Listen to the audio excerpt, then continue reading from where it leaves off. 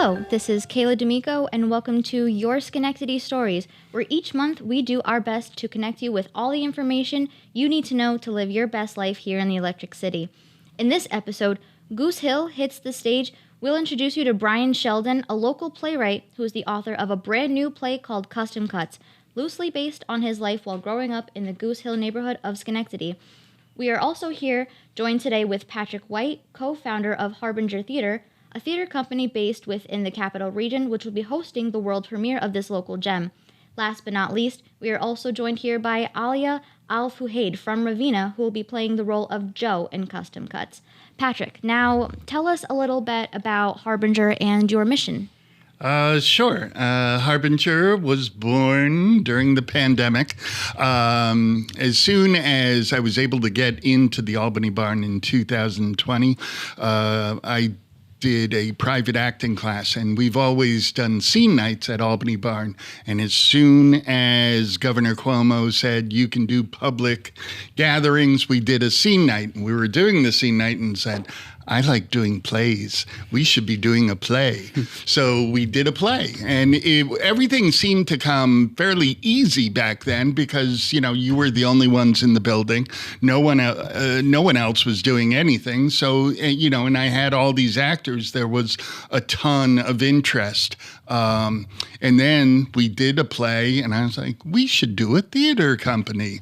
Of course, like any actor, I've always dreamed of having a theater company and been a great admirer of great theater companies like Steppenwolf, Soho Rep. And so we got together in my living room, a bunch of my students and me, and we said, let's do a play. And we picked The Christians by Lucas Nath, which we had already worked on in class, a couple of scenes, monologue, as well as Death Tax by Lucas Nath, which was in June. That was pre-Harbinger. So Harbinger was born in December of 2021. And The Christians is about a pastor of a mega church who decides that he no longer believes in hell, and he wants to bring everyone along with him. It was a huge play, and everyone was doing like one person, two person. They wanted to keep them far away on stage, and we did a show with a 14-person choir. And then we said, that went so well, and it did. Let's do a season. And we scheduled 5 shows in our first season. And we actually picked up a 6th because I was rehearsing one at Sand Lake Center for the Arts. And one of the actors tested positive for COVID on Tech Day. So we had to cancel that or postpone it, pick it up, and Harbinger produced it at Albany Barn, where a number of our shows have been done. So Harbinger Custom Cuts is our 10th production in less than 2 years, and it is also our 10th Capital Region premiere. Every show we've done has been new to the area, and this one is a world premiere, so we're very excited about that.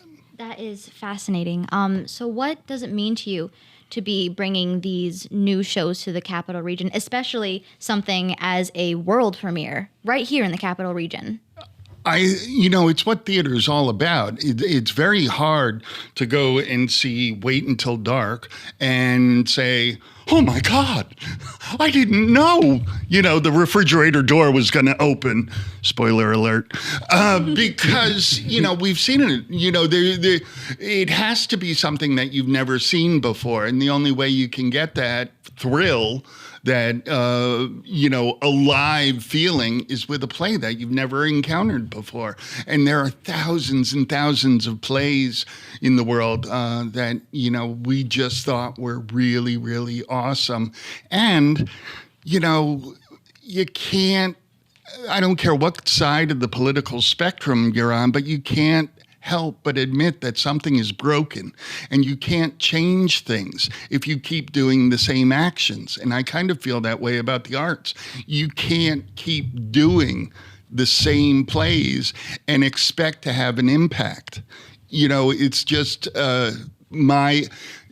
also during COVID, this is multi-pronged. During COVID, everyone was forced to, justify to themselves to account for the time they're spending on Earth. And, because we all know that in an instant, it could all be taken away from us. So I wanted to do stuff that mattered, that was impactful, that, could change. So that's how I chose the shows and why I think it's important. And the world premiere, I think it's important for the Capital Region just to see, oh my gosh, look at that. I could write a play. Or yeah.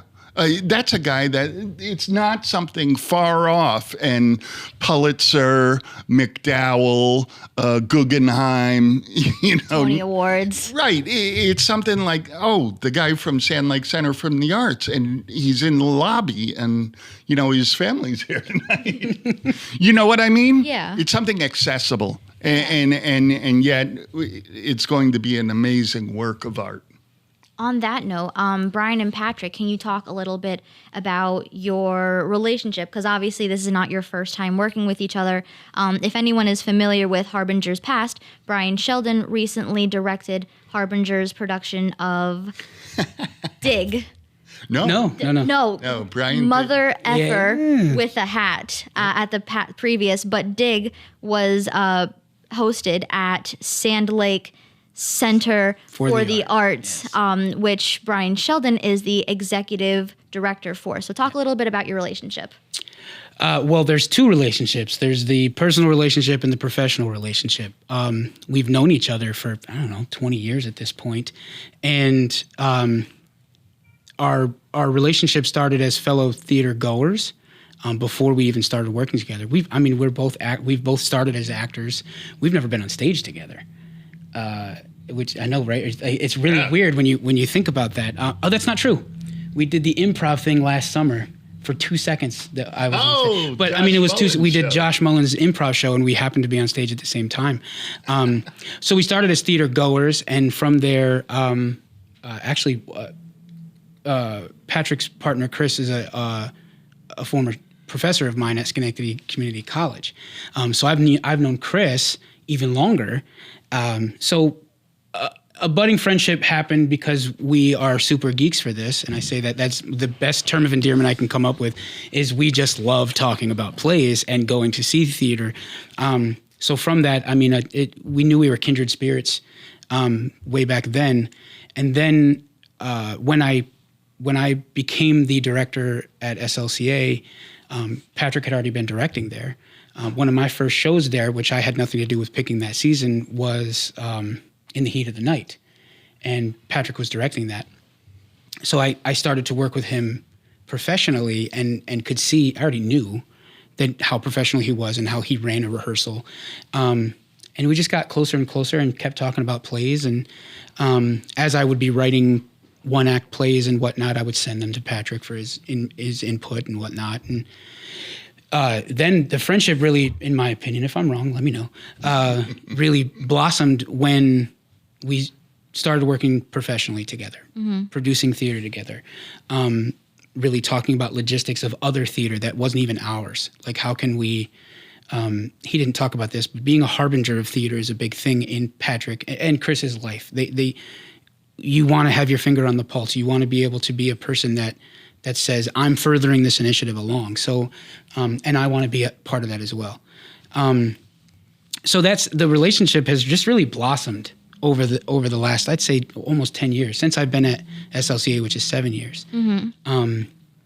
And when I say this a lot, when Chris or Patrick calls you, it's hard and ask for something or have an idea. It's really hard to say no, because 9.5 times out of 10, it's a really good idea. Yeah. And it's a new idea, which is a cold drink of water. It's just refreshing and it's just there, and you want to get on that ship as quick as possible, which is how I jumped on the ship of Harbinger. That's fantastic. Now, who can speak the best on how custom cuts fell into Harbinger's lap? I can. Okay, go for it, Brian. So I started writing custom cuts right before the pandemic. I was in a playwriting group that my wife, Melanie Sheldon, look her up, she's really talented, started a playwriting group at the Sand Lake Center for the Arts. It was a free club that we would meet once a month, and people could share what they were working on that month, excerpts from their pieces. And I didn't have an idea for anything in my head. So I started playing around with these two scenes because a longtime friend and teacher of mine by the name of David Bunce would always read my stuff. I'd send him my one acts, I'd send him my full lengths.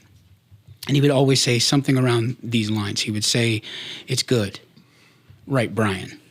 You have all these cool stories, your upbringing in Schenectady, stories about your dad, crazy stories about your friends. Start writing that, because as soon as you start writing you'll be able to explore characters differently and then create these crazy worlds that you want to go into." He also said one time that my plays were like, reading my plays was like reading Scorsese screenplays, because they all died at the end of the show. And he was right. I look back at my shows and I was like, oh man, why is there somebody always dies? They don't have to die all the time. So I started kicking that idea around. I was like, let me just write an idea about something that happened in my life. So then pandemic hits and I'm sitting in the living room and I got sick of coloring. We were all coloring, right? And I was just really sick of it. Even though it was Disney coloring books, I was coloring. So I'm a big Disney person. But I was sick of it. So I was like, let me pick something up. We're in the house. Let me try to write something. So I opened that folder in my Gmail and I was like, and then over the next 3 days, just wrote the play. And quickly after that, I sent it to Chris and Patrick, because over the pandemic, some friends of mine, David Rook and Evan Jones, we started this thing called Quarantine E-Theater, where every week we were doing a open Zoom thing and presenting these one-act plays and soliciting donations for area local theater. So one play would be, the proceeds would go to Albany Civic. Then the next week it was Troy Foundry or whatever it was. So I wrote this and I reached out to them. I said, hey, I just wrote this play. You want to read it? And we'll do a Zoom. It'll be a closed Zoom. I invited my family and they read it. And for the first time in a long time, Chris Foster has read a bunch of my stuff, and we get to the end of the play and I'm getting feedback. It's great. And Chris, who I have enormous amounts of respect for, said, Brian, your stuff is usually really good. This one's got legs. Now, when somebody says that to you, I was like, oh, Chris Foster, like I could have texted, if she wasn't on the Zoom call, I could have texted my mom, like, Chris Foster just said my work's got legs. And it filled me with this, like, wow, okay, I've written other stuff. Some stuff has been performed. I've worked on a musical that's had 3 productions. Like I've got, if you want to call it success, I call it success, but like, I'm not rich or anything. It's okay to brag a little. Yeah, I'm bragging. But this was the first thing that I had written that I was like, okay, people can get behind this story. So I did another draft of it. We're out of pandemic, right? And I had submitted to Harbinger to direct the mofo with the hat. And I sent Patrick the script and I said, look, I just rewrote Custom Cuts. I would like Harbinger to consider doing another table read of it so that I can hear it out loud again. So he's like, yeah, no problem.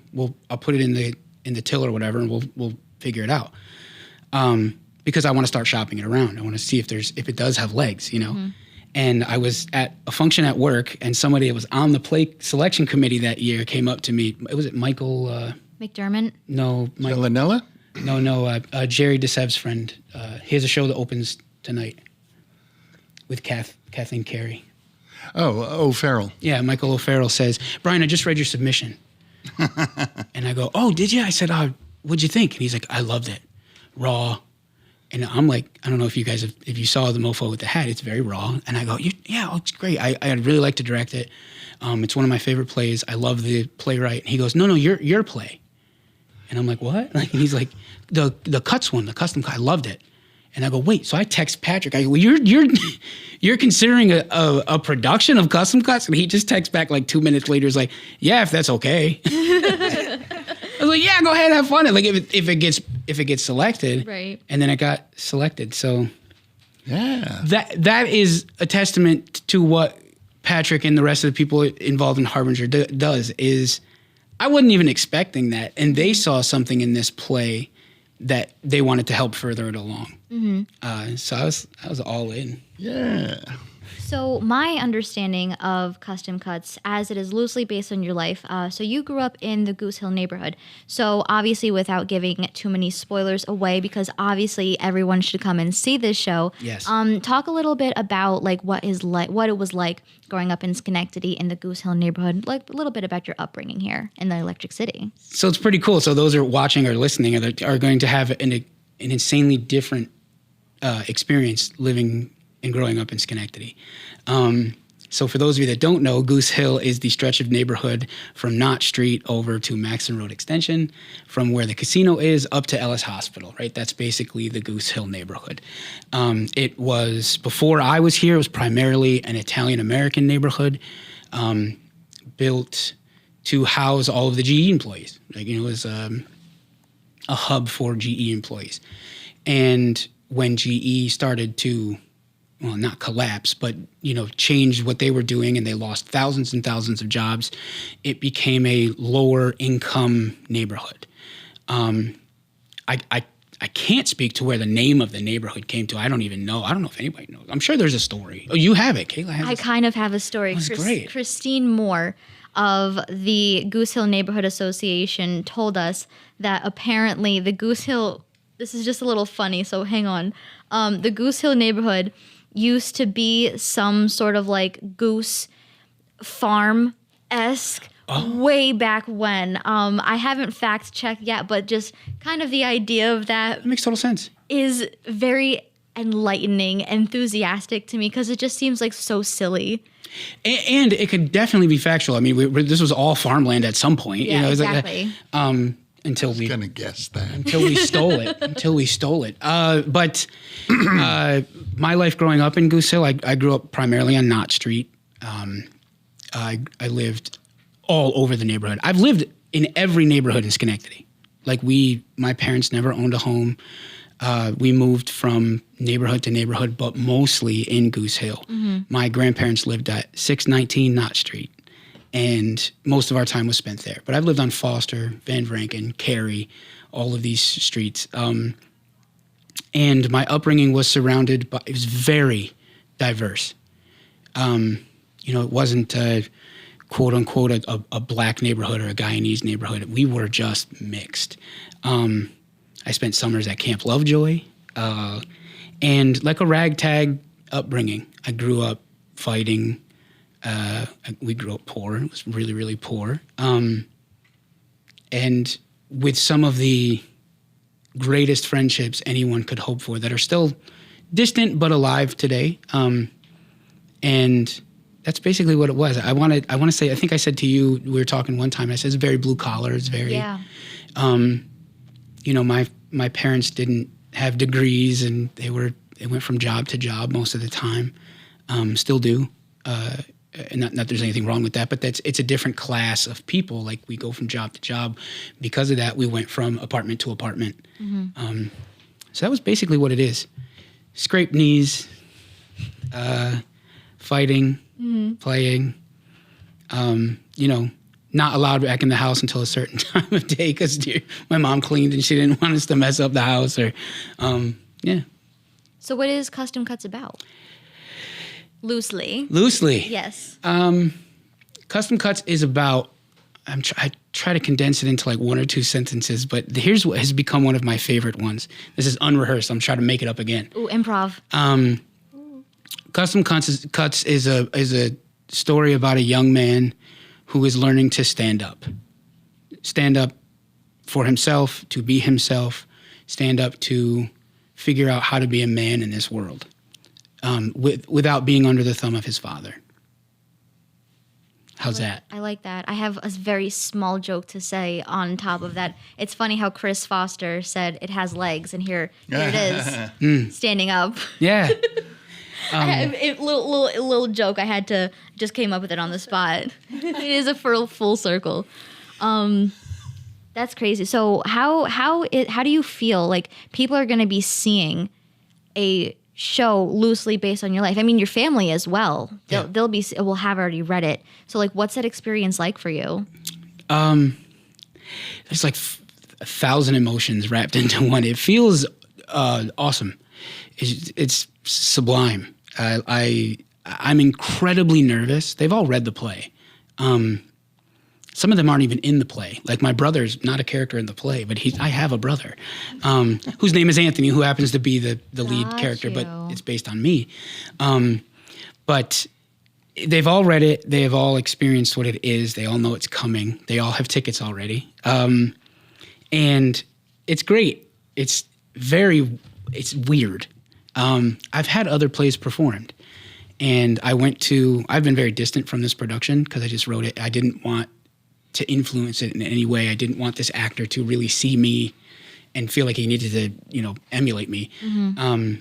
And I went to one rehearsal. It was their first run through of the show where they were off book. So, actors here and there were calling for line and whatnot. But I don't know if you'll remember this, but hopefully you don't remember this because you were acting and you weren't paying attention to me, but I'm like huddled over crying. Like I'm just like bawling. I'm a very emotional guy, but like I'm crying and the stage manager comes over. She goes, "Brian, are you all right?" I was like, "I am awesome." Like, this is great. Like, I was like, these are not sad tears. It's just really, it hits different when it's a story based on you. Very different. Watching, I went up to one of the actors, Gabriel is the actor's name, who's playing Matt. Gabriel is doing a phenomenal job. He plays the best friend role, who is based on my two best friends. And I said, "Hey, this doesn't make it won't make any sense to you, but you have my friend Matt's cadence." The character's name is Matt, and my best friend's name is Matt Harvey, and that's basically who he is. And I said, "You have his cadence." And Gabriel real quick was like, "You wrote it." So casual. Yeah. So surreal. And I know that on opening night, I'm going to be a mess. So we'll bring tissues. Yeah. I'll be in the back somewhere. So I'll be the man hiding behind the curtain and just bawling. But I'm also, there's an incredible amount of excitement too, because, and I'm sorry if I cry at a time because I'm pretty emotional, but so my sister's name is Justina, and her middle name is Jo, and she's never been represented on stage. Like this is a completely new thing for her as well. So I'm talking to her on the phone or texting, and she's like, 9 days. 9 days, it's coming. I'm like, and she's treating it like a baby, And it's like, and she's read the play, but she's never had the opportunity to see her, like, anything, the stuff that's based on her, come to life. And it is, I feel so, I'm so, like, just swelled with pride in that I get to show the world I'm going to get upset, my wonderful sibling, who's beautiful and charismatic and a total bee sometimes. But yeah, I hope I answered your question. No, that's beautiful, but that's also an amazing segue because Alia, yes, that's you. You will be playing Jo, the wonderful but bee of a sister. Bee, no swearing. Yes. So what's that like for you, like knowing that? Before this podcast even started, I was talking with Brian, and he said how he called his sister, and she was like, "Is she anything like me? Is she similar personality?" And then he was like, "Not at all. It's just the other than the script, the actual words on the paper were two totally different people because I've interpreted the material differently. Let's see. Usually when I get a character and I get cast as a character, I get to look at previous people who have done the role and have portrayed the character in their own way and have done all of the character work, and I get to borrow and take different pieces of their performance and utilize it in my own, like borrow this person's intention or borrow this person's behavior, or like this person like taps their finger pretty often, and I actually really like how that looks on stage, and I think it but this is a world premiere, right? So this is the first time anyone's portrayed Joe, and I think it's nerve-wracking, I think it's exciting, but I think most of all it's freeing. That I get to take a look at the text, and I get to build this character from the ground up. And the next time it's done, somebody will be looking at Someone will be looking at me. Exactly. Say that. I was just about to say that. Shoot for the stars. Think of that. It's fantastic. Once this hits Broadway, everyone will be looking at Alia. Like, man, she was the first person to play Joe. Ain't that something? That's crazy. Oh God, I love it. I love it so much. I love everyone who I work with. I think this is a great cast. This was a really well casted production. And I think everyone fits their roles and have been able to mold their roles to fit themselves, their individual person really well. Mm-hmm. There's a scene with me and my brother, Anthony, and that's probably one of the most fun I've had in a scene ever, because we just really... He's in the same shoes as I am, you know, building a character from the ground up, discovering new things. It's always a discovery. Always learning new things about yourself and the character. You looked like you were going to say something, Patrick. Yes. Yeah, all 6 of these actors are making their Harbinger debut. Harbinger's worked with over 70 different actors over the 10 plays. When I said it started out from my acting class, I didn't want, it's like, oh, it's the same 5 people who do the same, the same work. Time. Alia, I just met in February or March. I've worked with a couple of people in the play, but 3 of them are brand new to me, first time working with Harbinger. And I think that's great as far as the number of opportunities. And it's not something that we really sought out, like said, oh, you did last show, you can't do another show. Mm-hmm. But it's just that we do so many different pieces of material.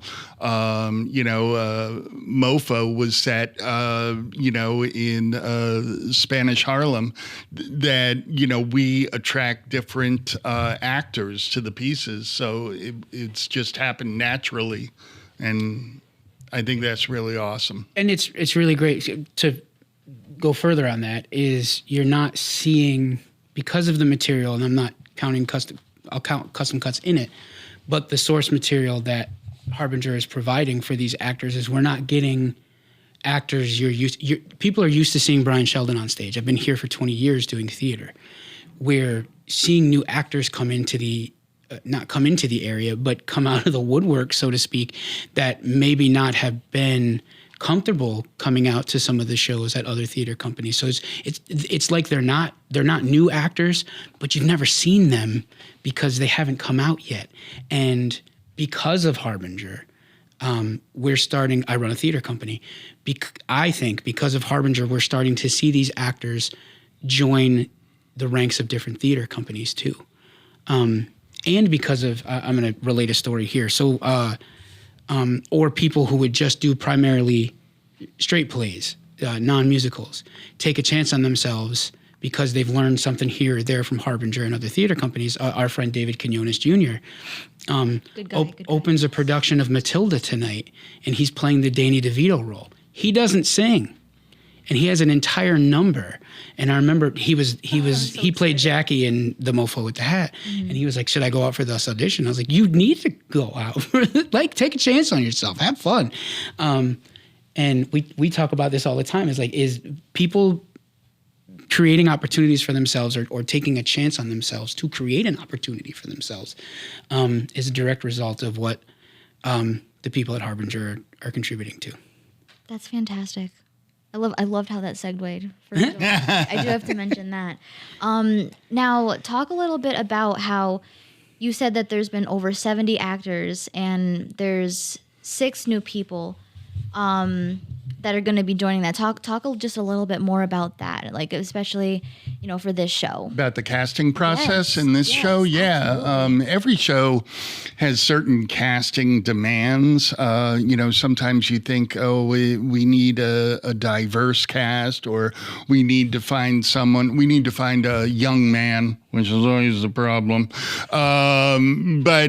So before every show, I'm like thinking, okay, what do we need in this show? And reaching out and sending the script out and sending the sides out.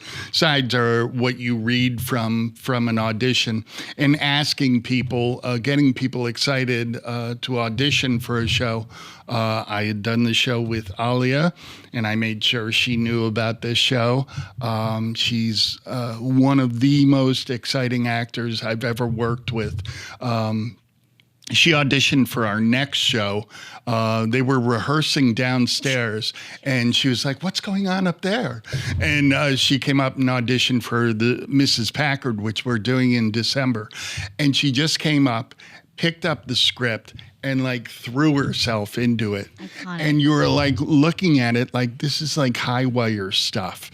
She has no idea where this scene is going, but she's just so fully committed and not afraid, to get up into someone's face. And it's like, the next sentence is going to be a surprise, and you feel that like when I'm watching Alia, or when, she shows up for rehearsal, I'm like, oh, it's playtime. It's really like Powerhouse of a woman. yes, in a dangerous, crazy, fun way. Your geekometer goes off. Yeah. Geekometer. It's about to be cool. Yes. I Alia. get t-shirts now, just like the geekometer. God, I love that. You know how sometimes there's like those T-shirts where there's like the movable arrows Yes. on the meters. Yeah. New Harbinger merch. Yes. Do all the pins, get the little thing moving going on. But another important factor in this is our director, Angela Leckie, who is an adjunct professor at UAlbany, where Alia also goes to school. But she does a program that I do, which is called Public Defenders, and this is part of our hustle. Public Defenders does like mock courtroom trials for lawyers across the state, and they get them all together at Skidmore College for a week in June. And Angela is one of the coaches, and I'm a dirty detective taking the stand. And all these actors get together to play pieces of the trial.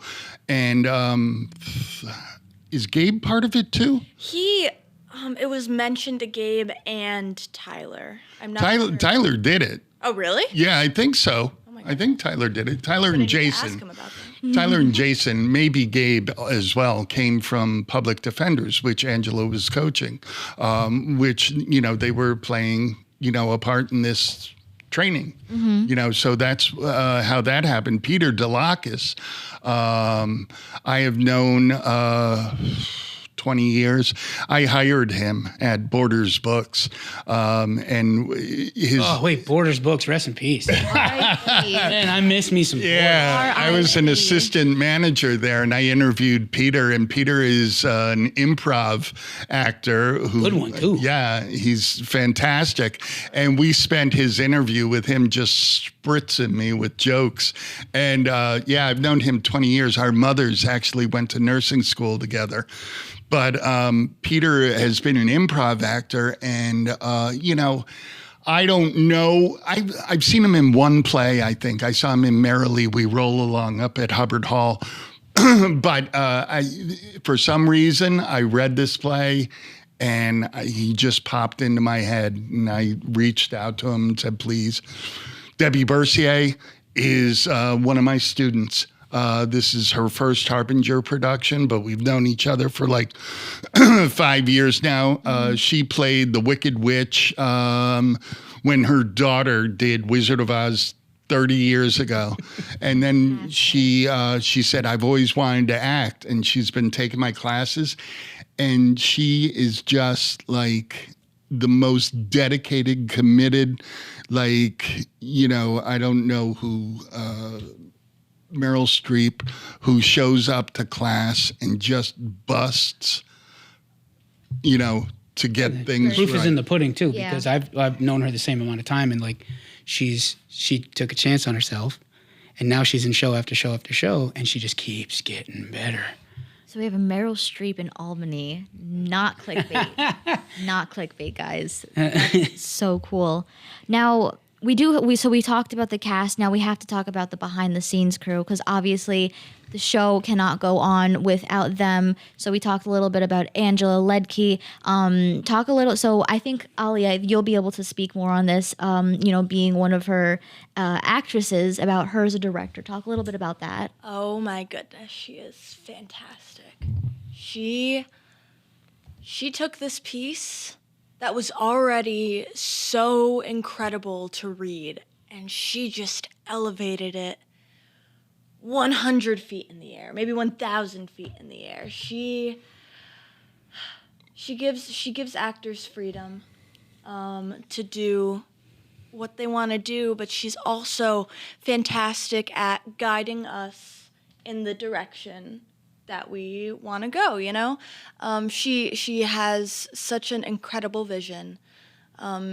She always does, but yeah. And being her TA for Introduction to Dramatic Arts at UAlbany, you know, I didn't know her before this production, you know. I've seen her face because she's faculty at UAlbany, but we've gotten really close these past couple months. That's very wholesome. She the funny thing is, so I went to the College of St. Rose, where she previously used to teach pre-pandemic, and a lot of my friends had the same experience with her, being in multiple productions of hers, and I heard the same experience, basically. Like, she was just so passionate about what she does. Like, she literally eats, sleeps, lived everything theater. So another powerhouse of a woman who's going to be working on this show. Now, Patrick, talk a little bit about the other unsung hero. Well, I don't want to call them unsung heroes, but Sure. behind the scenes crew. Yeah, assistant directing is Olivia Walton, who has acted in 3 Harbinger productions, and I'm a huge fan of Olivia's. And She might be the most returning actor. yeah, she is. She and Dennis. Yeah. Yeah. We want her to direct. We want to do everything with her. We want her. So she is assistant directing for Angela, and that's going great. Olivia and I are doing an improv workshop, and we're actually offering one at St. Rose. Just to rebuild theater there. But also Lauren D'Annabelle is the stage manager. She's a St. Rose student. At the time Harbinger came together, Angela must have been involved, because I ended up with 12 St. Rose students, Yep. all of whom did not have a theater anymore because St. Rose cut the music and theater department. And 12 of the students came over to Harbinger, Aileen Burke, and just a number of people. I miss Aileen. Oh God, fabulous human being. Yeah. We were are very good friends. Very, very close when we were both in college. Fabulous human being. Yeah, there were a bunch. Lauren's from St. Rose.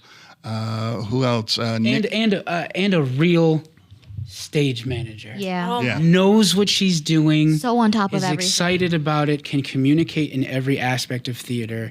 I don't have any experience with her at working with her on a show, but just professionally, like when we were doing Dig, she was just on top of things. She did a light design for one of your shows that we did at, I don't remember which one it was, but she came in, she figured out what she needed to figure out, and it's just amazing, which is another reason to shame when they canceled that program, because they were spitting out some good talent. Yeah. I saw Fun Home. It was fantastic. Well, so many of my friends were in that show when St. Rose put that on. sad for St. Rose, but Harbinger. and their theater, which is a 2-minute walk from Chris and my apartment, is going to be the house of our Harbinger's first 2024 production. Ooh. We're doing In the Blood by Suzanne Laurie Parks at St. Rose Theater. Exciting. Yeah. So tech crew, Nikki Lights is back designing lights for us. He is worked at Albany High, Bethlehem. He worked on every show with every company, owns his own lighting equipment, brings in curtains, whatever. Mike McDermott works on shows with every company. Hung a chandelier last night on his birthday. Ooh. Yeah. Wait to see that, by the way. And has known me, to bring it back to like, Yes. I've known Mike. We all lovingly refer to Mike McDermott as McD. Is that working? I go, Albany Civic Theater, 2002 or 3, we did Working, and that's when I first met Mike McDermott. And when I find out who the tech crew is, I was like, oh, set design by Mike McDermott. He was in the apartment that it took place in. Like, he had been to like a cast party or something at that apartment. And like, just, it's like full circle. Like I sent him a video yesterday on his birthday, a stupid me singing his birthday. And he was like, dude, that was absolutely brilliant. I love you. And I was like, you know, those friends you tell I love you. I love this man. He's become like my theater dad. You know, he's like, among other people, he's like everybody's theater dad. Patrick and Chris are the mayors, and Mike McD is Jeff Hawkins, the dad. the mayor. But I didn't vote for him. He's held the job, but I like him. But when you see someone's name on a list of production crew that you love and knows, I know he loves me, cares for me. It was really like, man, this is happening. It's great. Mike McDermott's been in a decent amount of Harbinger stuff. That's for sure. Yes. Yes. Good for him. And Josh Horowitz is doing the sound design, which I have Chef's kiss. back again. Anyone that wants him, if he's available. He did a brilliant design. Don't put that out there, because he'll get phone call after phone call. We'll lose him. But he did a brilliant design for Dig. I don't even know what he's doing for custom cuts yet. Ooh, so we'll all be surprised. Yeah, no. Except for Leah. No, I don't think it'll come on Sunday on Tech Day. Ooh. Yeah. He has a really cool approach to his design, the way he goes about it. So for Dig, he did all this research about the vibrations that plants give off, right? Because Dig took place in a flower shop, and it's about growth and among other things. And he recorded the vibration of plants and orchestrated music around it. It was actually the music that plants make. Yeah. And nice. I mean, I remember when I heard that, I was like, we're doing community theater. Like he's doing a Broadway design, man. Like, and even with he sound designed the mofo with the hat, and it was a really great conversation of what I wanted, because what I thought the play was and where it was set, and where I wanted to take it. And then he brings it to another level when he goes, "Hey, I like the music of this artist. Can we take the lyrics out, because I don't think the lyrics do A, B, and C?" And I'm like, yeah, we just need that with the music, man. Have fun. So another example of this he's a young man. I think he's mid-20s or something, but he just knows what he's doing.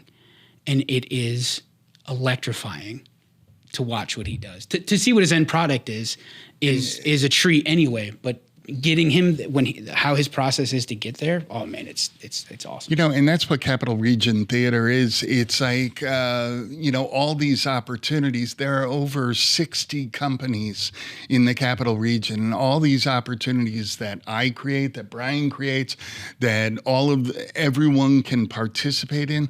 The more practice you have, Malcolm Gladwell, your 10,000 hours, and everyone gets better and better with every production. And it just gets stronger and opens up to more areas. And it's just like unbelievable. And, those lucky Capital Region residents who love theater, $15 for a Harbinger production. Come and see some awesome stuff. And we've got a free preview. Every one of our shows has a free preview the night before we open. This is Wednesday, September 20th is free. And every show has a talkback night, Friday the 22nd and Friday the 29th. So you can talk to the cast, the crew. We don't want to do provocative shows or shows that, want your reaction and then say, sorry, we don't want to talk about it. Drive home, talk to your spouse. That's what they're for. We want to engage in, with the audience and find out, what you liked and didn't like and what you want more of. Yeah. Does everyone see his geekometer going off though? Yes, it's going off. Radiating in the studio right now. Wow. So you said it. So what does it mean to you to have these free previews? Is this like revolutionary? I don't think it's revolutionary. It does a number of things. I've always believed in them. Do you have an answer? I do. Oh, would you please? I'm thinking, okay, so I feel like I was talking with Angela about this actually a couple days ago, this exact topic, and laughter is infectious. Reactions are infectious, more than money, a theater company or a theater group wants a reaction. They want an honest reaction, and they want people to share those experiences with. And, with the free preview, people who were originally not going to come because either they couldn't pay or they didn't have, weren't available on the select days, have the opportunity to come and react to the piece. And I think that's beautiful. That's what I love about it, too. Yeah. It does so many things. It's on a Wednesday night. So if you have other things planned Friday through Sunday, it's free. So if you don't have the money, you can get there. It warms the actors up. So there's not like the opening night nerves. It's still a rehearsal. Yeah, right. Yeah, it's more casual, but it gets your show lifted. Like you're already a success by the time you open. Everyone who comes to the free preview, the reactions are stronger. They got in free. Yep. They're happy to be there. They want to spread the word. They go home. They tell all their socials about it. And we walk into opening night and we're like, pretty hyped. Look at us, and I was at the preview to Matilda last night and it was just a party. It's just like, let's get it started. We're not doing this for money. So we're not losing any money. And, we're always in the black, from our first show. So, why wouldn't we do a free preview? Mm-hmm. It's just a win-win-win. And other companies are starting to emulate that, or the ones that haven't already, mine including. So I run Circle Theater Players, and for years, Patrick has been preaching free preview. Or when he directs, at SLCA, he'll go, we have a free preview, and I go, no, we don't. We haven't for such a long time until next year.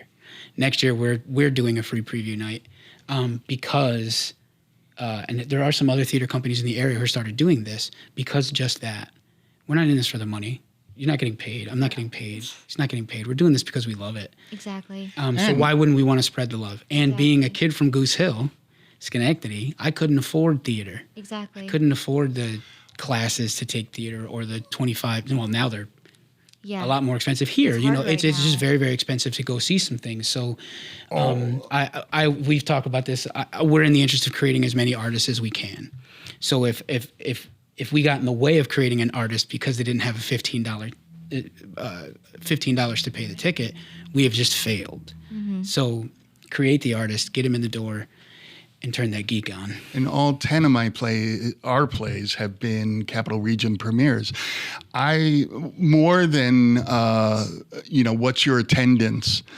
We're at the Albany Barn. More than that is, have you heard of Lucas Nath, Brandon Jacobs Jenkins, Stephen Adley Guirgis, Brian Sheldon, Madeline George, I want you to experience these new plays and to think differently, to have theater affect you. I could care less about, how many, attendance figures. It's like, I want people to come, but we're in the black. You left Susan Laurie Parks out of that list. Oh, yeah. And I think it's very important because of where you're performing these shows, primarily in the demographic that surrounds the buildings. So Susan Laurie Parks wrote Top Dog Underdog. She won the Pulitzer for it in 2000. It won that, but it just had its first Broadway run, and she writes very urban-esque plays that most people do not take chances on because they're difficult, because they're more difficult to cast because of the racial demographic and like that. So I think she's important. Same with Stephen Alley Gurgis. Is he, I said this during Mofo with the Hat, is somebody asked at a Q&A, is like, what attracted you to this play, to want to direct this play? And it was like, I'm just sick of seeing white people on stage. I'm just sick of it. Like, not sick of it, but I'm like, let's bring diversity. Yeah, look, we got this pool. Get in here. Especially with Mofo, like the entire cast was some form, or at least I think it was one actor who was Caucasian. Yeah. Yeah. But the rest were Latinx identifying, which is so fantastic. Very great cast for that one. And it was fun, and it taught me more as an artist. I grew up in a very diverse area, but I've never directed people that didn't look like me. I'm one or two, but a cast that was just full of non-white people I was like, man, this is great. You learn so much about different cultures, and it was just great. I learned some Spanish. I didn't know how to speak Spanish. Dios mío. Playing Brian's family are 3 black actors, and that just happened, through casting. Like who was in the room and who read the best, so it wasn't even a matter of colorblind casting. It was sort of like, just who is the best actor here, to fulfill these roles. Man, did we get them. Exactly. Now, who wants to go first? One reason someone should go see Custom Cuts. Who wants to pick that up? I'll go. Especially for my age demographic, I think that.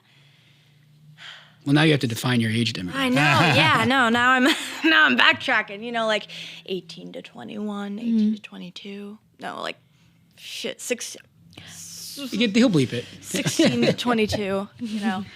I think that this is a great show if you are in a similar. If you're in a housing situation where you want to escape, or if you want to find the courage to get out, I think that this is a great show for that. Patrick? If you've seen a Harbinger show, you know what we do. Exactly. If you haven't, you need to experience it. Find out. Yes. I love that. Do a Harbinger. I mean, those are really good. No. No pressure.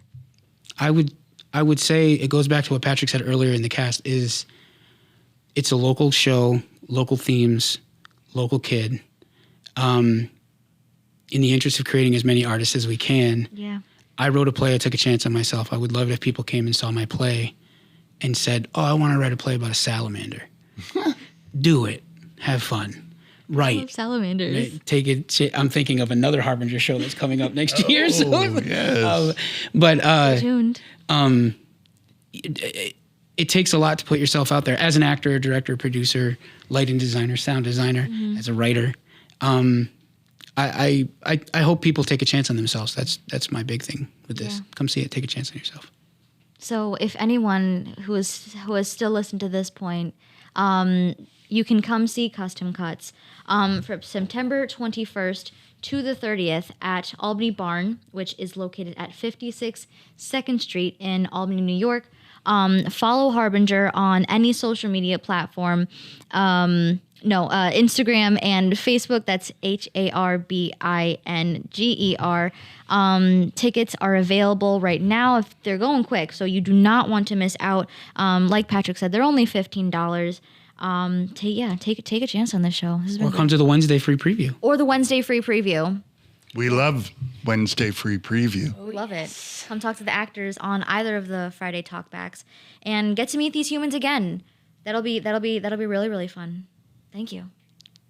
Thanks, Kayla. You. Thank you. Great job. Thank you.